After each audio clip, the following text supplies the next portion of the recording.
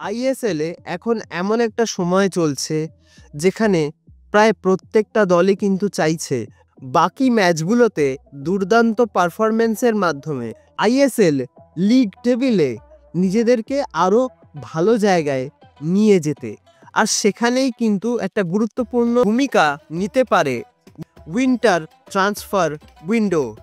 কারণ এই winter transfer উইন্ডোর মাধ্যমেই কিন্তু প্রত্যেকটা দল নিজেদের দলের প্রয়োজন মতো নতুন কোনো পছন্দের প্লেয়ারকে সাইন করাতে পারবে, যা হয়তো তাদেরকে বাকি টুর্নামেন্টে ভালো পারফরমেন্স করতে অবশ্যই সাহায্য করবে।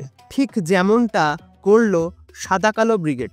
তারা কিন্তু আইএসএলের বাকি মরশুমের জন্য এমন একজন প্লেয়ারকে সাইন করিয়ে নিল বাংলা ফুটবল দলের সন্তোষ ট্রফি জয়ের ক্ষেত্রে তার ভূমিকা ছিল কিন্তু অপরিহার্য।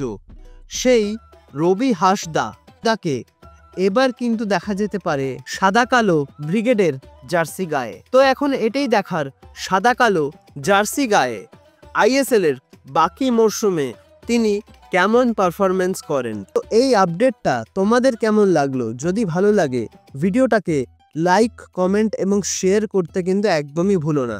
আর অবশ্যই চ্যানেলটাকেও কিন্তু সাবস্ক্রাইব করে রেখো, যাতে নতুন ভিডিওর আপডেটগুলো সবার আগে সবার প্রথমে তোমরাই পেয়ে যাও।